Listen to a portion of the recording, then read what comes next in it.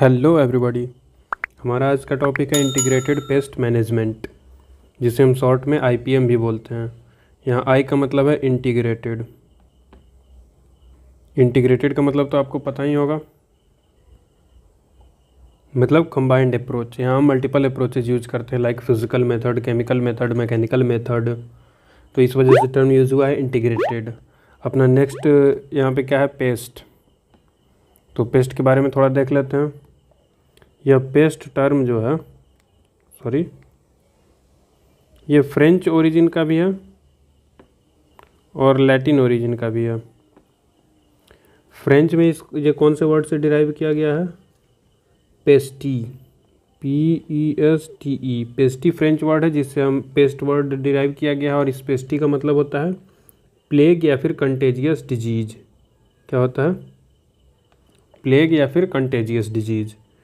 यही पेस्ट हमारा Latin origin का भी है। लैटिन में कौन से वर्ड से डिराइव किया गया है, लैटिन वर्ड है पेस्टिस, पेस्टिस। और इस पेस्टिस का मतलब होता है नॉक्सियस। क्या हुआ, पेस्टिस मतलब नॉक्सियस होता है, या फिर डिस्ट्रक्टिव होता है, या फिर ट्रबलसम होता है, यानी कि डिस्टर्ब करने वाला, ओवरऑल इरिटेशन कॉज करने वाला, डिजीज़ कॉज करने वाला। ओके, तो ये हमने पेस्ट के बारे में थोड़ा देखा कि इसके ओरिजिन के बारे में। अब पेस्ट होता है क्या है, इसका डेफिनेशन देख लेते हैं।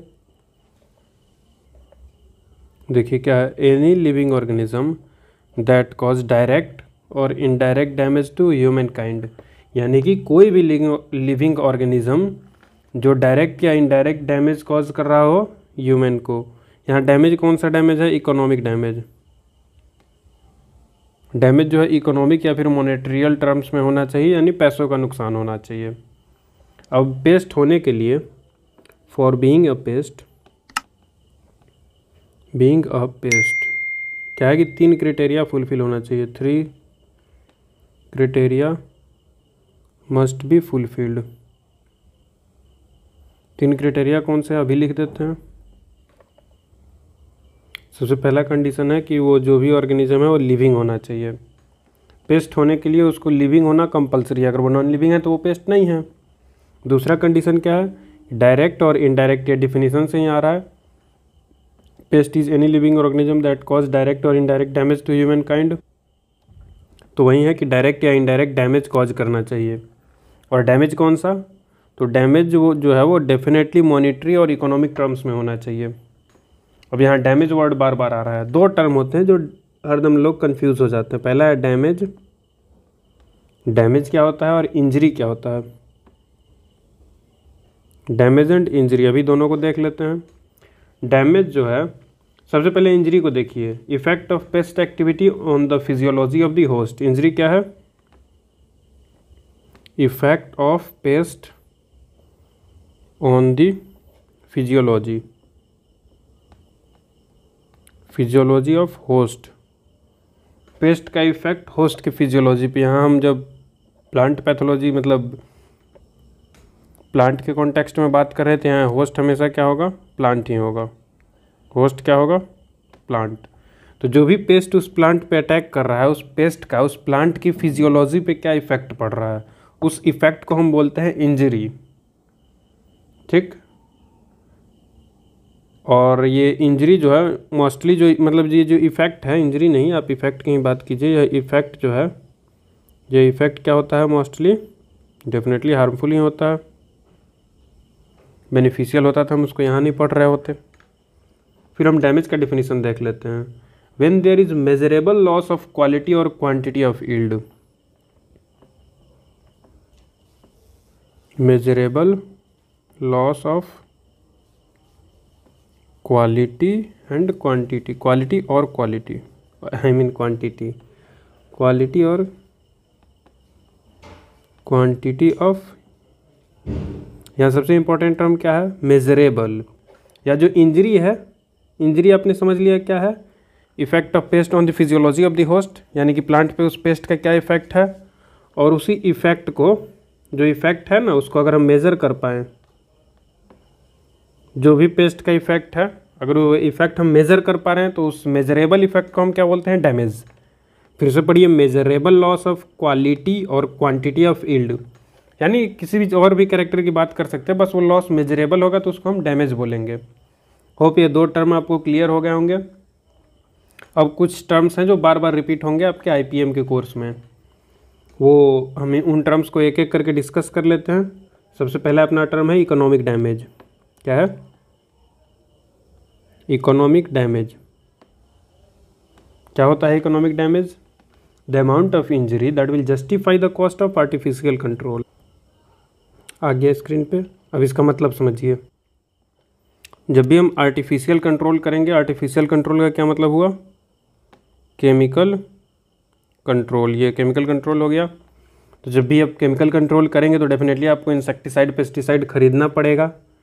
तो हमारा जो डैमेज हो रहा है पेस्ट की वजह से, वो जो हम कॉस्ट लगा रहे हैं उसको कंट्रोल करने के लिए, उससे ज़्यादा डैमेज होता। अगर हम वो इंसेक्टिसाइड या पेस्टिसाइड यूज़ नहीं करते तो हमको डैमेज ज़्यादा कॉज कर देता है। यानी जितना, मान लीजिए हम 100 रुपये का इंसेक्टिसाइड खरीद रहे हैं या पेस्टिसाइड खरीद रहे हैं, और उसके वजह से हमारे फील्ड में 2000 का डैमेज होने वाला था जो कि नहीं हुआ, हम पेस्टिसाइड यूज़ कर दिए, सारे पेस्ट ख़त्म हो गए।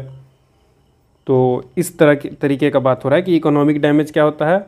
वह अमाउंट ऑफ इंजरी जो कि जहाँ पे कि हम आर्टिफिशियल कंट्रोल कर सकते हैं। यानी कि अगर उससे उससे आगे और पेस्ट का पॉपुलेशन बढ़ा, हमने कंट्रोल नहीं किया, तो फिर हमको सीवियर इकोनॉमिक लॉस हो जाएगा। तो that particular amount of injury is called economic damage.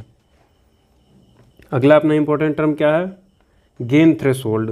बहुत बार यूज होता है गेन थ्रेशोल्ड। क्या है? Gain threshold. इसे हम शॉर्ट में क्या लिखते हैं? जीटी। यह गेन थ्रेशोल्ड टर्म जो है, यह टर्म सबसे पहले दिया था स्टोन एंड पेडिगो ने। Term given by Stone and Pedigo. कभी कभी ऑब्जेक्टिव में आ जाता है, ध्यान रखिएगा। साइंटिस्ट का नाम हमने यहाँ लिखा है तो डेफिनेटली आपको याद होना चाहिए। अब gain threshold is when economic damage is taken in the form of loss of marketable produce.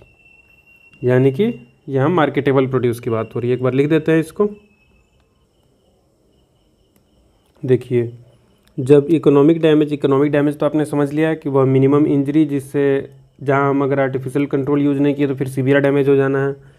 तो जब इकोनॉमिक डैमेज टेक प्लेस करता है मार्केटेबल प्रोड्यूस पे, यानी कि हम जो मार्केटेबल प्रोड्यूस कर रहे हैं, मान लो हम राइस कल्टीवेट कर रहे हैं, तो राइस ग्रेन्स पे जब डैमेज होने लगा तो उसी को हम बोलते हैं गेन थ्रेशोल्ड। यानी कि उससे ज़्यादा डैमेज हुआ तो फिर हम मार्केट में हमको एक बढ़िया प्राइस नहीं मिलेगा।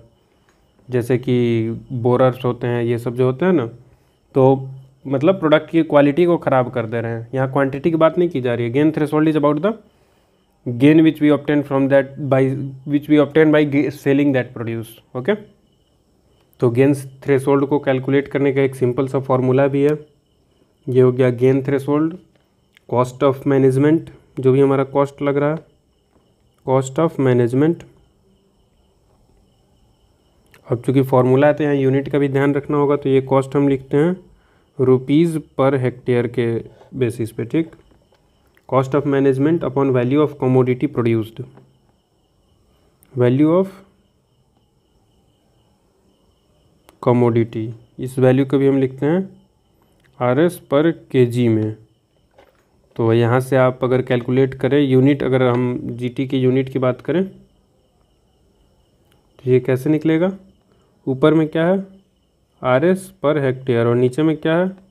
आरएस पर केजी। तो यहाँ से यूनिट निकल के क्या आ रही है? KG per hectare. आरएस से आरएस कट गया। ये समझ आया ना? नहीं समझ आया तो भैया फिर बेसिक मैथ नहीं पढ़ा है आपने, फिर से पढ़ो जाके बेसिक मैथ। ये तो 4-5 में पढ़ना होता है। तो आपको 2 टर्म क्लियर हो गया। सबसे पहला तो है इकोनॉमिक डैमेज। इकोनॉमिक डैमेज क्या होता है, और गेन थ्रेशोल्ड आपने समझ लिया। गेन थ्रेशोल्ड फिर से देख लीजिए। जब इकोनॉमिक डैमेज मार्केटेबल प्रोड्यूस के टर्म्स में होता है तो उसे हम बोलते हैं गेन थ्रेशोल्ड। उसको निकालने का बड़ा सिंपल सा फॉर्मूला है कि कॉस्ट ऑफ मैनेजमेंट, यानी मैनेज करने में कितना कॉस्ट लग रहा है हमारा, अपॉन वैल्यू ऑफ कमोडिटी, यानी जो प्रोड्यूस किया उसकी क्या वैल्यू है। इससे हम निकाल लेते हैं गेन थ्रेशोल्ड। उसके बाद हम बात करेंगे कुछ कॉन्सेप्ट जो कि डैमेज लेवल से रिलेटेड होंगे। तो इसमें अपना सबसे पहला कॉन्सेप्ट आएगा जनरल इक्विलिब्रियम पोजीशन। एकदम से बेसिक टर्म है, जनरल इक्विलिब्रियम पोजीशन। इसे हम शॉर्ट में GT भी बोल, GEP, जनरल इक्विलिब्रियम पोजीशन। ठीक, ये क्या होता है, ये आ गया आपके सामने डेफिनेशन। जनरल इक्विलिब्रियम पोजीशन क्या है, एवरेज पॉपुलेशन डेंसिटी है। किसका एवरेज पॉपुलेशन डेंसिटी, इंसेक्ट या फिर पेस्ट का over long period of time. Average population density जो कि लॉन्ग पीरियड ऑफ टाइम पे मेंटेन रहता है या अनएफेक्टेड होता है, पेस्ट मैनेजमेंट प्रैक्टिसेस जो भी यूज कर रहे हैं उससे अनएफेक्टेड है और ये लॉन्ग टाइम तक लगभग उतना ही मेंटेन रहे, उसी पॉपुलेशन डेंसिटी को हम बोलते हैं जनरल इक्विलिब्रियम पोजीशन। इसको हम इस तरह से भी बोल सकते हैं, अगर आप लोग दूसरा डिफिनेशन लिखना चाहें तो the average density of A population, किसका पॉपुलेशन, पेस्ट का population, the average density of paste population over long period of time in absence of permanent environmental change. जब तक वहाँ परमानेंट इन्वायरमेंटल चेंज नहीं आ रहा है तब तक जो एवरेज पेस्ट का पॉपुलेशन मेंटेन रहता है। हम थोड़ा बहुत पेस्टिसाइड वगैरह का यूज़ करें तो वो चलेगा, बट उससे थोड़ा सा लेवल कम होगा, फिर ग्रेजुअली वो ऊपर आ जाता है। तो जो एवरेज पॉपुलेशन डेंसिटी है उसी को हम लोग बोलते हैं जनरल इक्विलिब्रियम पोजीशन। होप आपको याद हो गया। अब हम इसको अगर ग्राफ के फॉर्म में रिप्रेजेंट करना चाहें जनरल इक्विलिब्रियम पोजीशन को, तो ये देखिए हम एक ग्राफ बना देते हैं अभी, और क्लियर हो जाएगा। इधर हम टाइम लिख देते हैं, ये एक्स एक्सिस हो गया, ये वाई एक्सिस हो गया। वाई एक्सिस पे हम पेस्ट पॉपुलेशन को लिख देते हैं। अब देखिए जनरल इक्विलिब्रियम पोजीशन, मान लीजिए यहाँ ये पेस्ट का पॉपुलेशन है, यहाँ हम पेस्टिसाइड का यूज़ किए तो थोड़ा सा पॉपुलेशन नीचे गया, फिर ग्रेजुअली ऊपर आ गया। तो यहाँ जो चार्ट बनेगा इस तरह का जो लाइन खींचेंगे, इसी के आसपास रह रहा है ना पेस्ट का पॉपुलेशन, चाहे आप यहाँ देखिए या यहाँ देखिए या यहाँ देखिए, यहाँ देखिए, इसी लाइन के आसपास है। तो इसी लाइन को हम लोग बोल देंगे जनरल इक्विलिब्रियम पोजीशन। क्या बोल देंगे, जनरल इक्विलिब्रियम पोजीशन। ओके, अपने नेक्स्ट टर्म की ओर बढ़ते हैं। नेक्स्ट टर्म अपना क्या है, डैमेज बाउंड्री। बहुत इंपॉर्टेंट है ये अभी, डैमेज बाउंड्री। और डेफिनेटली आपके सेमेस्टर एग्जाम हो या कॉम्पिटिटिव एग्जाम हो, इससे क्वेश्चन सब्जेक्टिव में भी बनते हैं और ऑब्जेक्टिव में भी बनते हैं। तो ये टर्मिनोलॉजी बिल्कुल क्लियर होना चाहिए। IPM के लिए सबसे पहले ये टर्म से क्लियर होना चाहिए। टर्म क्लियर है तो आप कोई सा भी लेक्चर देखोगे या कोई सा भी टेक्स्ट पढ़ोगे आपको क्लियरली समझ में आएगा। डैमेज बाउंड्री को हम शॉर्ट में लिखते हैं DB। उसका डिफिनीसन एक बार आपके सामने लिख देते हैं। ये क्या है, damage boundary lowest level of injury है जो डैमेज मेज़र किया जा सकता है। यानी कि उससे थोड़ा भी कम डैमेज अगर है, उससे थोड़ा भी कम अगर लॉस हो रहा है तो वो आप मेज़र नहीं कर पाओगे, क्वांटिटेटिव वैल्यू नहीं बता पाओगे। तो वो लोएस्ट लेवल या वो मिनिमम लेवल ऑफ इंजरी जहाँ की डैमेज को हम मेज़र कर सकते हैं। और डेफिनेटली ये डैमेज कौन सा डैमेज होगा, yes, economic damage. Economic damage या इकोनॉमिक लॉस, जिसको हम मिनिमम इकोनॉमिक डैमेज या इकोनॉमिक लॉस जिसको हम मेज़र कर सकते हैं, वो होता है डैमेज बाउंड्री। अगला अपना टर्म कौन सा है, इकोनॉमिक इंजरी लेवल। ये आपने भी बहुत बार सुना होगा, इकोनॉमिक इंजरी। यहाँ आपको पहले से पता है डैमेज और इंजरी में क्या डिफरेंस है। इसे हम रिप्रेजेंट करते हैं EIL से, इकोनॉमिक इंजरी लेवल। इसका भी डिफिनीसन लिख देते हैं आपके सामने। ये रहा डिफिनीसन, बट डिफिनीसन से पहले सबसे पहले आप जान लीजिए कि EIL टर्म किसने दिया है। ये क्वेश्चन आया है डिफरेंट कॉम्पिटिटिव एग्जाम्स में। ये टर्म दिया है स्टर्न इट अल ने। स्टर्न इट अल थोड़ा अजीब सा नाम है, और साइंटिस्ट का नाम आपने देखा तो ये भी देख लीजिए। स्टर्न इट अल ने 1959 में या damage bound economic injury level term दिया है, या कैपिटल में होगा। इकोनॉमिक इंजरी लेवल का डिफिनीसन अगर आप देखें तो लोएस्ट नंबर ऑफ पेस्ट या फिर paste population density that will cause economic damage. Lowest population density किसका, पेस्ट का, जो कि इकोनॉमिक डैमेज कॉज करेगा, उसे हम क्या बोल देंगे, इकोनॉमिक इंजरी लेवल। यानी कि ये इकोनॉमिक डैमेज कॉज कर रहा है। यहाँ से हम अगर क्या केमिकल मेथड यूज़ करेंगे, या मतलब कि यहाँ से केमिकल मेथड हमको डेफिनेटली यूज़ करना ही पड़ेगा, otherwise we will be in a severe economic loss.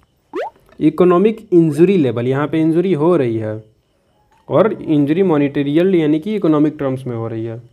Economic injury level का डेफिनेशन बिल्कुल क्लियर हो गया। अब चूंकि लॉस हो रहा है तो इसको कैलकुलेट करने का भी कोई फार्मूला होगा ही। तो इकोनॉमिक इंजरी लेवल का फार्मूला हो जाता है गेन थ्रेशोल्ड। गेन थ्रेशोल्ड आपने देख लिया अभी ऊपर में। Gain threshold. क्या होता है गेन थ्रेशोल्ड? मार्केटेबल प्रोड्यूस में जो लॉस हो रहा है उसे हम बोलते हैं गेन थ्रेशोल्ड, यानी कि वो हमारा गेन था बट वो निपट गया। वो याद करने का तरीका है, तो कोई डिफिनीशन नहीं है। गेन थ्रेशोल्ड बस है जो मार्केटेबल प्रोड्यूस को डैमेज कर रहा होता है, उसे हम बोलते हैं गेन थ्रेशोल्ड। और ये एल को कैलकुलेट करेंगे gain threshold upon damage per unit insect, damage per unit insect, पर इंसेक्ट किस में लिखेंगे? केजी में हम बात करेंगे डैमेज की, into amount of loss avoided, amount of loss avoided. Avoided का क्या मतलब कि उसको हम मेज़र नहीं किए हैं। अवॉइडेड यानी कि जिसको हम मेज़र नहीं किए थे। तो ये फॉर्मूला वैसे उतना इम्पोर्टेंट नहीं है, बट फिर भी आप एक बार देख लीजिएगा। और यूनिट की अगर बात करें तो EIL की यूनिट क्या हो जाएगी? इंसेक्ट पर हेक्टेयर, यानी 1 हेक्टेयर में कितना इंसेक्ट है। तो EIL किसके प्रोपोर्शनल हो जाएगा? अगर ये प्रोपोर्शनलिटी वाला थोड़ा ध्यान रखिएगा, ये पूछता है। कॉस्ट ऑफ कंट्रोल कितना लगा उसके डायरेक्टली प्रोपोर्शनल है, कॉस्ट ऑफ कंट्रोल के डायरेक्टली प्रोपोर्शनल है। और वैल्यू ऑफ कमोडिटी और product price, value of commodity. अब इसका मतलब भी अच्छे से समझ लीजिए। कॉस्ट ऑफ कंट्रोल तो आपको बिल्कुल क्लियर है, कंट्रोल करने में हम जो भी केमिकल वगैरह यूज़ कर रहे हैं उसमें अपना क्या कॉस्ट आ रहा है, उसके तो डायरेक्टली प्रोपोर्शनल होगा इकोनॉमिक। जितना कंट्रोल का कॉस्ट ज़्यादा लग रहा होगा, इकोनॉमिक इंजरी लेवल उतना ज़्यादा होगा। इसको अच्छे से समझने के लिए आप एक बार ग्राफ में देखिए इकोनॉमिक इंजरी लेवल। ये पेस्ट पॉपुलेशन है, इधर टाइम है, और ये यहाँ मान लीजिए हम स्टार्ट करते हैं इकोनॉमिक। सबसे पहले तो यहाँ आप देख लीजिए ये जनरल इक्विलिब्रियम पोजीशन हो गया, और उससे थोड़ा सा ऊपर पेस्ट पॉपुलेशन जो होता है वो डैमेज बाउंड्री हो जाता है। और ये पेस्ट पॉपुलेशन जो है इस तरह से जा रहा है। तो यहाँ मान लीजिए हम ऐसे ही समझने के लिए देख लेते हैं, ये हो गया इकोनॉमिक इंजरी लेवल। तो इतना ज़्यादा पेस्ट पॉपुलेशन, ये देख रहे हैं ना, इतना ऊपर जाएगा पेस्ट पॉपुलेशन, तब हम बोलेंगे कि now it's economic injury level. तो अगर कंट्रोल का कॉस्ट ज़्यादा लग रहा है, यानी महंगा कंट्रोल यूज़ करना है, तो इकोनॉमिक इंजरी लेवल को थोड़ा ऊपर रखेंगे, यानी कि इकोनॉमिक इंजरी लेवल ज़्यादा होगा। कॉस्ट ऑफ कंट्रोल ज़्यादा तो इकोनॉमिक इंजरी लेवल भी ज़्यादा। वैसे ही वैल्यू ऑफ कमोडिटी के बेसिस पे अगर हम बात करें, तो जैसे वैल्यू ऑफ कमोडिटी अगर ज़्यादा होगा तो इकोनॉमिक इंजरी लेवल कम रखेंगे।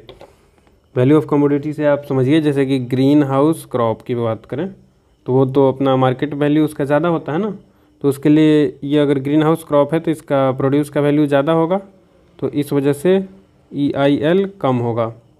लग रहा है समझ नहीं आया।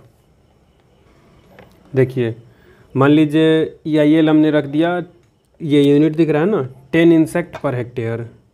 तो अगर कॉस्ट ऑफ कंट्रोल ज़्यादा है, उसी इंसेक्ट को कंट्रोल करने में मान लीजिए हमको 2000 का इंसेक्टिसाइड लाना पड़ेगा, तो हम उस 10 को थोड़ा सा ऊपर की ओर शिफ्ट कर देंगे, 15 insect per hectare, 20 insect per hectare, क्योंकि वहाँ तक के लॉस को हम मतलब 2000 से कम ही लॉस होगा। अगर 20 इंसेक्ट पर हेक्टेयर है तो 30 इंसेक्ट पर हेक्टेयर हो गया तो वो हमें 5000 का लॉस कर देगा, तो फिर हम 2000 का पेस्टिसाइड अप्लाई कर लेंगे। तो ये समझे, अगर कॉस्ट ऑफ कंट्रोल ज़्यादा है तो EIL इकोनॉमिक इंजरी लेवल भी ज़्यादा होगा। 10 insect per hectare, 5 insect per hectare, तो डेफिनेटली 10 इंसेक्ट पर हेक्टेयर वाला वैल्यू ज़्यादा हुआ।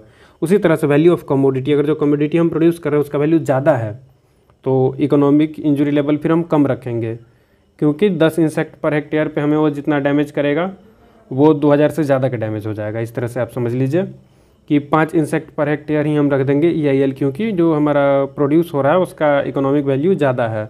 तो इसी वजह से वैल्यू ऑफ कमोडिटी अगर ज़्यादा होगी, जो हम प्रोड्यूस कर रहे हैं उसका वैल्यू ज़्यादा होगा, तो EIL अपना कम ही रहेगा।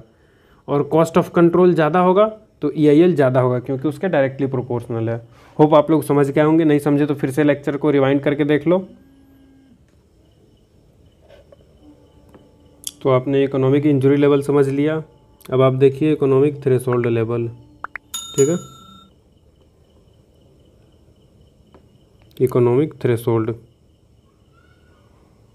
लेवल, इसको शॉर्ट में क्या लिखते हैं, ETL। ETL इसको शॉर्ट में बोल देते हैं ETL, इकोनॉमिक थ्रेशोल्ड लेवल। इसका डेफिनेशन लिख देते हैं। इकोनॉमिक थ्रेशोल्ड लेवल क्या होता है, वह पेस्ट पॉपुलेशन जहाँ पे कंट्रोल मेजर, यहाँ कंट्रोल मेजर से का मतलब है केमिकल कंट्रोल मेजर अप्लाई किया जाना चाहिए, ताकि जो पेस्ट है, पेस्ट का पॉपुलेशन है वो EIL तक ना पहुँचे, इकोनॉमिक इंजरी लेवल तक ना पहुँचे। इकोनॉमिक इंजरी लेवल पे पहुँचने का मतलब कि हमको इकोनॉमिक लॉस हो रहा है। तो इकोनॉमिक इंजरी लेवल से थोड़ा सा पहले का पेस्ट पॉपुलेशन जो कि हमें बता देता है कि अब इससे ज़्यादा पेस्ट पॉपुलेशन बढ़ा तो बिगड़ जाएगा मुद्दा मामला। तो इस वजह से इकोनॉमिक थ्रेशोल्ड लेवल वह लेवल है, पेस्ट पॉपुलेशन का वह मिनिमम लेवल है जहाँ से कि हमको केमिकल कंट्रोल यूज़ कर देना चाहिए। बहुत लोगों को ये कन्फ्यूज़न रहता है कि हम मतलब IPM जो है उसमें केमिकल का यूज़ नहीं करते, वहाँ हम ऑर्गेनिक की बात करते हैं, बट ऐसा नहीं है। इंटीग्रेटेड पेस्ट मैनेजमेंट में भी हम केमिकल कंट्रोल यूज़ करते हैं, बिल्कुल यूज़ करते हैं। बस ये है कि वो लास्ट ऑप्शन होता है। अगर हम किसी और मेथड से कंट्रोल नहीं कर पा रहे, फिजिकल मेथड से कंट्रोल नहीं हो रहा है, मैकेनिकल मेथड से कंट्रोल नहीं हो रहा है, तो हमारा लास्ट ऑप्शन जो होता है वो होता है chemical control. But definitely we go for the option of chemical control in IPM also. तो बड़ा सिंपल सा फॉर्मूला है ETL का भी। इकोनॉमिक थ्रेशोल्ड लेवल क्या होता है, economic threshold level equals to economic injury level minus daily reproductive rate of insect.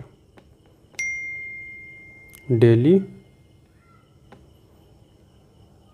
Reproductive rate of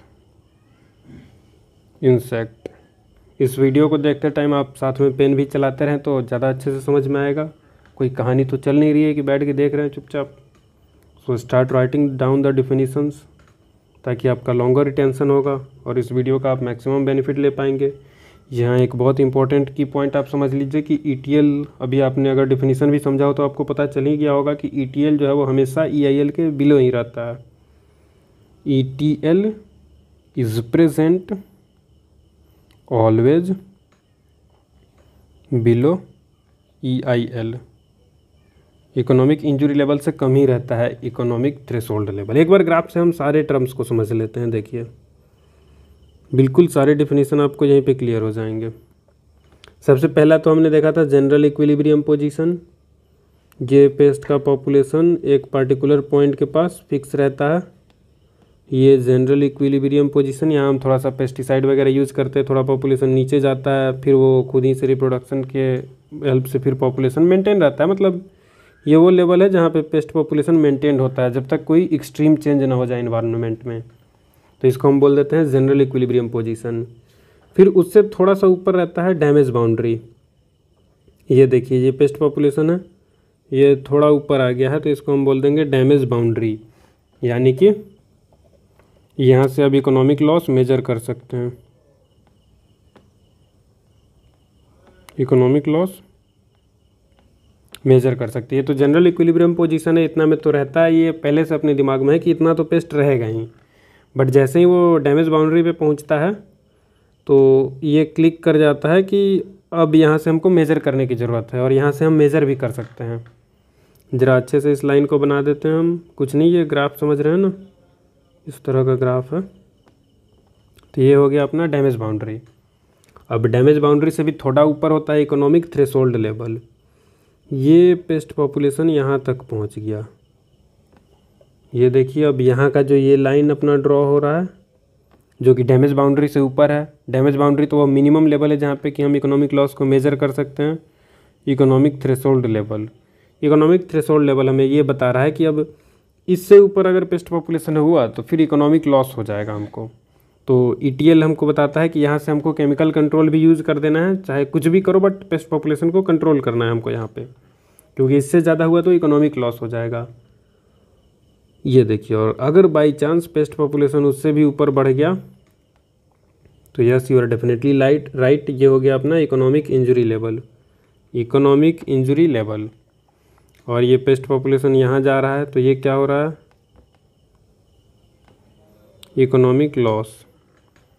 ये अपना क्या हो गया, economic loss. Economic injury level से जैसे ही बढ़ा पेस्ट पॉपुलेशन वो इकोनॉमिक लॉस हो गया। बिल्कुल उसमें कोई कन्फ्यूज़न वाली बात नहीं है। वैसे लेक्चर का लेंथ थोड़ा लंबा हो गया, बट एक और अपना टॉपिक हम देख लेते हैं जो कि है कैटेगरीज ऑफ पेस्ट। सारे बेसिक टर्मिनोलॉजी हमने कंप्लीट कर लिया। आपने आईपीएम का लगभग 40% पोर्शन देख लिया है, जो भी कंसेप्चुअल पोर्शन है। तो हमारा अगला टॉपिक है कैटेगरीज ऑफ पेस्ट। और अगर आप सेमेस्टर एग्ज़ाम के लिए देख रहे हैं तो डेफिनेटली ये क्वेश्चन आपके एग्ज़ाम में आएगा ही। तो हम डिफरेंट कैटेगरीज की बात करेंगे। नंबरिंग हटा देते हैं। सबसे पहले हम देखते हैं मेजर पेस्ट। मेजर पेस्ट किसको बोलते हैं? देखिए, ये सबसे पहले नाम से पता चल रहा है मेजर पेस्ट, यानी कि ये लार्ज नंबर में होगा। और क्या होगा? ये सीवियर लॉस कॉज करेगा। सीवियर से आपका क्या मतलब है? 10% और मोर लॉस ये कॉज करेगा। एग्जाम्पल की अगर हम बात करें तो एग्जाम्पल इसका हो जाता है rice stem borer. Rice stem borer ये एग्जाम्पल हो गया अपना मेजर पेस्ट का। और देख लो, एक स्पेशल पॉइंट है मेजर पेस्ट से रिलेटेड, ध्यान में रख लेना कि मेजर पेस्ट के लिए economic injury level close to general equilibrium position. चूँकि ये मेजर पेस्ट है, ये लार्ज नंबर में होता ही है ऑलरेडी, तो इसका जनरल इक्विलिब्रियम पोजीशन भी इकोनॉमिक इंजरी लेवल के पास ही होता है। अगर आपको ये इकोनॉमिक इंजरी लेवल और जनरल इक्विलिब्रियम पोजीशन का डेफिनेशन क्लियर है तो ये लाइन आप अच्छे से समझ गए होंगे। मूविंग फर्दर, ये अपना पहला पेस्ट था लॉस के बेसिस पे, तो दूसरा अपना हो जाएगा की पेस्ट। ये हम देख रहे हैं on the basis of loss. Paste का क्लासिफिकेशन कितना है? पहला हो गया मेजर पेस्ट, दूसरा है की पेस्ट। की पेस्ट का हम डेफिनेशन लिख देते हैं। तो ये क्या होता है? की पेस्ट ऐसा पेस्ट है जो कि मेजर डैमेज कॉज करता है एवरी सीजन अनलेस कंट्रोल, यानी कि कंट्रोल मेजर अप्लाई नहीं करोगे तो वो हर हाल में खतरनाक डैमेज कॉज करेगा ही। वो होता है की पेस्ट। की पेस्ट के लिए ध्यान में रखना होगा कि जनरल इक्विलिब्रियम पोजीशन जो है वो जनरल इक्विलिब्रियम पोजीशन कम तो होता है नॉर्मल केस में, इसका ज़्यादा हो जाता है इकोनॉमिक इंजरी लेवल से, यानी कि जनरल इक्विलिब्रियम पोजीशन ही इकोनॉमिक इंजरी लेवल से ज़्यादा है, तो ये डैमेज कॉज करेगा ही करेगा। तो इसके लिए एक ही तरीका है कि इसका कंट्रोल मेजर आपको हर हाल में यूज़ करना ही पड़ेगा। इसका अगर आप ग्राफिकल रिप्रेजेंटेशन देखना चाहें तो थोड़ा सा गड़बड़ आता है, देखिए ध्यान से देखिएगा। ये है इसका general equilibrium position. General equilibrium position, इसके नीचे होता है इकोनॉमिक इंजरी लेवल, और इकोनॉमिक इंजरी लेवल से हमेशा ही नीचे होता है इकोनॉमिक थ्रेशोल्ड लेवल, उसमें तो कोई डाउट ही नहीं है। तो ये जनरल इक्विलिब्रियम पोजीशन को बिल्कुल ही एकदम कंट्रोल करना कंपलसरी है, उसको नीचे लाइए इकोनॉमिक थ्रेशोल्ड लेवल से भी। और यहाँ इसको हम ला के जहाँ मेंटेन कर रहे हैं, इस लेवल को हम बोलते हैं मॉडिफाइड इक्विलिब्रियम पोजीशन। ये में भी आपने ना पढ़ा हो। ये जनरल इक्विलिब्रियम पोजीशन है उस पेस्ट का, की पेस्ट का, जो कि इकोनॉमिक इंजरी लेवल से ज़्यादा है। ये इकोनॉमिक इंजरी लेवल है, ये थ्रेशोल्ड लेवल है, और ये जनरल इक्विलिब्रियम पोजीशन है। एक बार कलर चेंज कर लेते हैं हम, ये देखिए शायद दिखेगा। जनरल इक्विलिब्रियम पोजीशन जो है ये बहुत ज़्यादा होता है, तो हम उसको एकदम से कंट्रोल करके इकोनॉमिक इंजरी लेवल के नीचे लाते हैं, फिर उसको एक ऐसे लेवल पे लाते हैं जहां उसको हम मेंटेन कर पाते हैं, तो और वहां हमको इकोनॉमिक लॉस नहीं हो रहा है। तो इस मेंटेन्ड लेवल को हम बोलते हैं मॉडिफाइड इक्विलिब्रियम पोजीशन, क्योंकि ये इक्विलिब्रियम पोजीशन दिख रहा है ना एक तरह से, इसी के आसपास मेंटेन्ड है पेस्ट पॉपुलेशन। बट ये जनरल वाला इक्विलिब्रियम पोजीशन नहीं है, ये है मॉडिफाइड इक्विलिब्रियम पोजीशन, क्योंकि जनरल इक्विलिब्रियम पोजीशन पे इसको रखेंगे तो ये तो फिर इकोनॉमिक लॉस ही कॉज कर देगा। तो अब आप इसका एग्जांपल देख लीजिएगा। कॉटन बॉलवर्म हो जाता है कॉटन में, और सबसे इम्पोर्टेंट जो मुझे लगता है कि सभी को याद होना चाहिए वो है डायमंड बैक मोथ। किसमें लगता है ये? कैबेज और कॉलीफ्लावर में, कैबेज एंड कॉलीफ्लावर में। ये की पेस्ट का एग्जांपल है, ठीक है। तो on the basis of loss हमने 2 पेस्ट देखा, अब तीसरा देख लेते हैं। ये भी on the basis of loss ही होगा, माइनर पेस्ट। ध्यान से देखिए, माइनर पेस्ट क्या है कि ये माइनर होता है, यानी कि स्मॉल नंबर में प्रेजेंट होता है।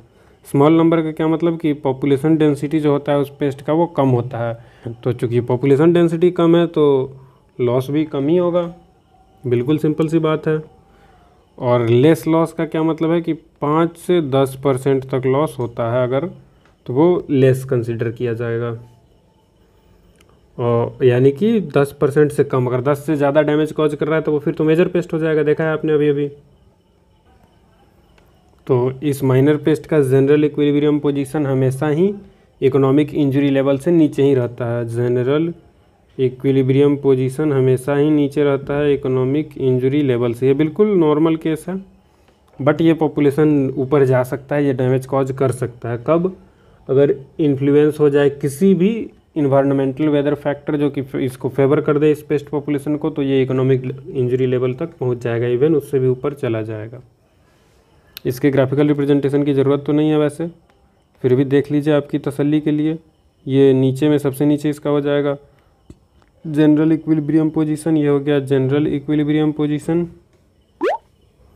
ये कभी कभी ऊपर भी जाता है, ये देखिए ये जनरल इक्विलिब्रियम पोजीशन है, ये कभी कभी ऊपर भी जाता है, इकोनॉमिक थ्रेशोल्ड लेवल तक भी जाता है, फिर हम कंट्रोल मेजर यूज कर देते हैं। बट ये कितना भी ऊपर जाए इकोनॉमिक इंजरी लेवल तक नॉर्मल सिचुएशंस में ये नहीं पहुंचता है। अगर वो इकोनॉमिक इंजरी लेवल तक पहुंचेगा उसका मतलब है कि या तो कोई इन्वायरमेंट में चेंज आया है, या फिर कोई वेदर फैक्टर ऐसा है जो उसके पेस्ट पॉपुलेशन को फेवर कर रहा है, तो फिर हम उसको कंट्रोल करते हैं। ये देख लिया हमने लॉस के बेसिस 3 पेस्ट। अब चौथा अपना लॉस के बेसिस पे फाइनल जो है वो है निग्लिजिबल पेस्ट। निग्लिजिबल पेस्ट, ये निग्लिजिबल पेस्ट क्या होता है भैया? ये जो है इसका जनरल इक्विलिब्रियम पोजीशन जो है हमेशा ये जनरल इक्विलिब्रियम पोजीशन में ही रहता है, इकोनॉमिक इंजरी लेवल तक कभी पहुंच ही नहीं पाता है। वैसे पेस्ट को बोलते हैं हम नेग्लिजिबल पेस्ट। ये उतना इंपॉर्टेंट भी नहीं है, बस अगर आप ग्राफ बनाना चाहें तो इस तरह से, अगर बाई चांस एग्जाम में आया तो आप ग्राफ ज़रूर बनाइएगा, आपको ग्राफ बनाना बिल्कुल अच्छे से आ गया। ये है इसका जनरल इक्विलिब्रियम पोजीशन और ये इसी के आसपास रह जाता है। इसके ऊपर में क्या क्या है? इकोनॉमिक थ्रेशोल्ड लेवल और इकोनॉमिक इंजरी लेवल, इसके आसपास ये कभी नहीं पहुंचता, ये जनरल इक्विलिब्रियम पोजीशन में ही रह जाता है, इसलिए ये निग्लिजिबल पेस्ट है। इसको पढ़ने में भी निग्लेक्ट कर दिया जाता है, कोई भी एग्जाम्पल याद रखने की ज़रूरत नहीं है। जैसे कि ये फीड होता है काऊ पी में तो वो निग्लिजिबल पेस्ट होता है, बट कोई ज़रूरत नहीं है ध्यान रखने की। अब हम देखते हैं पेस्ट का category on the basis of occurrence. Occurrence के बेसिस पे कितने तरह के होते हैं पेस्ट, एक एक करके हम सभी को देख लेते हैं। सबसे पहला जो है वो है रेगुलर पेस्ट। रेगुलर पेस्ट, इसका डेफिनेशन देखिए एक बार, यानी कि वैसे पेस्ट जो रेगुलरली अकर करते हैं, यानी कि मोर फ्रिक्वेंटली उनका अटैक देखा जाता है किसी भी पर्टिकुलर क्रॉप पे, तो वो उस क्रॉप के लिए हो जाते हैं रेगुलर पेस्ट। यानी कि पेस्ट एंड क्रॉप का क्लोज एसोसिएशन होता है, बहुत जुड़ाव होता है दोनों में, बिल्कुल दोनों एक दूसरे से अलग रह ही नहीं पाते हैं। तो इसका एग्जाम्पल, आप इस लव स्टोरी का एग्जाम्पल ज़रूर याद रखिए। राइस में अगर देखा जाए तो राइस स्टेम बोरर हो जाता है, ब्रिंजल में फ्रूट एंड सूट बोरर हो जाता है, मैंगो में नट वेबिल होता है, rice stem borer, rice stem borer, brinjal fruit and suit borer. बिल्कुल, ये आप ब्रिंजल लगा है तो आप जाइए, उसके एकदम जिगरी हैं फ्रूट एंड सूट बोरर, दिख ही जाएंगे आपको फील्ड में जाने पे। तो ये अपना पहला कैटेगरी हो गया रेगुलर पेस्ट। ये किस बेसिस पे हम देख रहे हैं? अकोरेंस के बेसिस पे। दूसरा होता है ओकेजनल पेस्ट, नाम से ही पता चल रहा है। ये ओकेजनल पेस्ट जो है ये लेस फ्रीक्वेंटली आते हैं,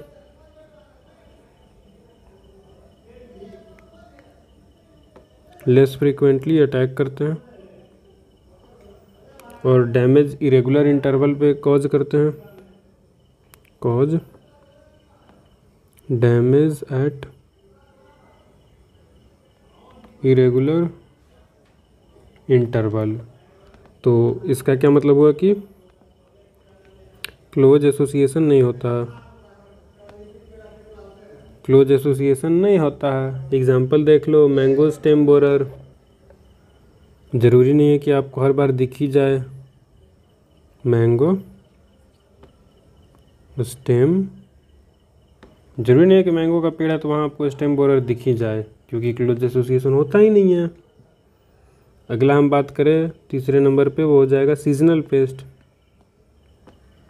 सीजनल पेस्ट, सीजनल पेस्ट में क्या आपको ध्यान रखना है, जो नाम से ही पता चल रहा है वहीं ध्यान रखना है कि पार्टिकुलर सीजन में ही अटैक करेगा। Once occur during a particular part of the year, या फिर particular season in a particular crop year after year, तो ये हो जाएगा सीजनल पेस्ट। सेम क्रॉप पे ईयर आफ्टर ईयर भी अटैक कर सकता है, या फिर पार्टिकुलर सीजन में किसी पार्टिकुलर क्रॉप पे अटैक करेगा, तो वो होगा सीजनल क्रॉप। जैसे कि मैंगो हॉपर कब अटैक करता है, फ्लावरिंग सीजन में ही हमेशा अटैक करता है मैंगो हॉपर। एग्जाम्पल इम्पोर्टेंट है, मैंगो हॉपर ये कब अटैक करता है, मैंगो के फ्लावरिंग सीजन में। तो चूँकि ये सिर्फ फ्लावरिंग सीजन में अटैक कर रहा है इसलिए ये सीजनल पेस्ट हो गया। अगला अपन देखते हैं परसिस्टेंट पेस्ट। परसिस्टेंट पेस्ट ये बिल्कुल परसिस्टेंट इन नेचर है, यानी कि थ्रू आउट द ईयर हमेशा उस पर परसिस्ट करता है, रहता है। Occurs on crop through out the year. Hope मेरे साथ आप भी सारे डेफिनेशंस को लिख रहे हैं। लेक्चर ख़त्म होते ही आप 5 मिनट में सारे डेफिनेशन एक बार रीड करोगे और बिल्कुल आपको सारा याद हो जाएगा। और चूँकि ये थ्रू आउट द ईयर रहता है और इसको ऊपर से कंट्रोल करना भी डिफ़िकल्ट होता है, तो ये भी डैमेज बढ़िया कॉज कर देता है। डिफ़िकल्ट टू कंट्रोल, ये थ्रू आउट द ईयर तो प्रेजेंट है और साथ में इसको कंट्रोल करना भी डिफ़िकल्ट है। एग्जाम्पल के लिए आप देख लीजिए, thrips in chilli, mealy bug in guava, लिख भी देता हूँ मैं, थ्रिप्स इन चिली, ये हो जाएगा परसिस्टेंट पेस्ट। और इसी कड़ी में अपना फोर्थ तो हमने देख लिया ना, 5th नंबर पे हम देखें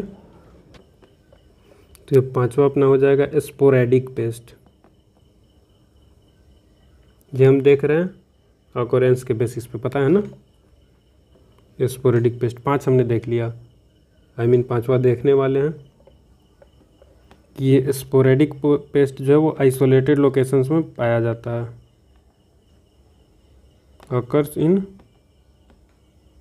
आइसोलेटेड लोकेशन। अब यहाँ समझने वाली बात ये है कि यहाँ जो आइसोलेटेड लोकेशन की बात करी जा रही है, तो ये जोग्राफिकल आइसोलेशन की बात नहीं करी जा रही। देखो ध्यान से, ये एक फील्ड है, यहाँ कोई क्रॉप लगाया है हमने, तो इसी फील्ड के किसी लोकेशन में ये पेस्ट प्रेजेंट होगा। मान लो यहाँ इसका अटैक है एकदम धुआंधार तरीके से, यहाँ डेड हर्ट प्रोड्यूस कर दिया है, बट बाकी जगह उतना डैमेज नहीं है। तो इस तरह के आइसोलेशन की बात करी जा रही है, इसको हम बोलते हैं sporadic paste. Geographically isolated location में जो किसी स्पेसिफिक रीजन में पाया जाता है उनको हम बोलते हैं इंडेमिक पेस्ट, जो उस पार्टिकुलर रीजन में ही पाया जाता है। स्पोरेडिक पेस्ट में वो कंफ्यूज नहीं करना है स्पोरेडिक और इंडेमिक में। स्पोरेडिक जो है वो आइसोलेटेड लोकेशन में पाया जाता है but with in the field, यहाँ जोग्राफिकल आइसोलेशन की बात नहीं करी जा रही है। और ये स्पोरेडिक पेस्ट जो होते हैं ये जेनरली बहुत ही कम होता है इनका पेस्ट डेंसिटी। ये ETL और EIL से हमेशा नीचे ही रहते हैं इनका जनरल इक्विलिब्रियम पोजीशन, बट किसी ईयर में जब फेवरेबल कंडीशन इनको मिल जाता है तो ये ETL और इवन EIL से भी बहुत ऊपर चले जाते हैं और मुश्किल हो जाता है इनको कंट्रोल करना। तो ये होते हैं अपने स्पोरेडिक पेस्ट। बिल्कुल इसका एग्जांपल आपको ध्यान रखना ही है, जैसे वाइट ग्रब हो गया, कटवर्म हो गया, कोकोनट स्लग कैटरपिलर हो गया, ये सब आप ध्यान में रख लेंगे। 1-2 लिख भी देता हूँ, coconut slug caterpillar,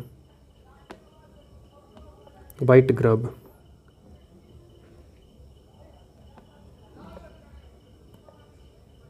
white grub को वाइट से ही लिख देता हूँ, याद रहेगा आपको, वाइट हो गया, वेरी गुड। हमने 2 बेसिस पे देख लिया। सबसे पहला तो लॉस के बेसिस पे कितने तरह के होते हैं पेस्ट के कैटेगरीज, और दूसरा हमने अकरेंस के बेसिस पे भी देख लिया। अब हम जल्दी से आखिरी कैटेगरी देख लेते हैं, on the basis of infestation. Infestation के बेसिस पे दो ही तरह के होते हैं, बिल्कुल ही इजी है एकदम। सबसे पहला हो जाएगा एपिडेमिक। एपिडेमिक, ये एपिडेमिक जो है वो सीवियर फॉर्म में किसी पर्टिकुलर रीजन या लोकेलिटी में होता है, पर्टिकुलर सीजन या पर्टिकुलर टाइम में, यानी प्रेजेंट तो होता है बट वो सीवियर फॉर्म में आ जाता है किसी पर्टिकुलर रीजन में किसी पर्टिकुलर टाइम पे, तो उसी पेस्ट को हम बोल देते हैं epidemic paste. Epidemic, epidemic, pandemic, endemic, समझ ही रहे हो आप लोग, तो बिल्कुल वही सेम है। एपिडेमिक जो है वो सीवियर फॉर्म में कॉज कर जाता है किसी रीजन और लोकेलिटी में पर्टिकुलर सीजन या पर्टिकुलर टाइम में, वो पेस्ट हो गया एपिडेमिक पेस्ट। जैसे तेंजोरिया में जो है बीपीएच का अटैक हो गया था, तेंजोर में बीपीएच ने अटैक किया था, बीपीएच ने अटैक कर दिया था अक्टूबर नवंबर में, एकदम से सीवियर डैमेज कॉज किया था। तो ये एक आप एग्जांपल ध्यान में रख लेंगे और आगे बढ़ते हैं। हम एपिडेमिक के बाद अपना एंडेमिक देख लेते हैं। पेंडेमिक वगैरह की चर्चा यहाँ नहीं करनी है अपने को। एंडेमिक पेस्ट, अभी पहले भी हमने एंडेमिक पेस्ट को डिस्कस किया है स्पोरेडिक पेस्ट को जब समझा रहे थे, तो कि एंडेमिक पेस्ट जो एक पार्टिकुलर एरिया में कन्फाइंड होता है उस पेस्ट का ऑकरेंस, यानी कि occurrence confined in a particular area. Geographical isolation की यहाँ बात हो रही है, किसी पर्टिकुलर जोग्राफिकल एरिया में पाया जाता है। Pest which are restricted to a particular locality are called epidemic, endemic paste.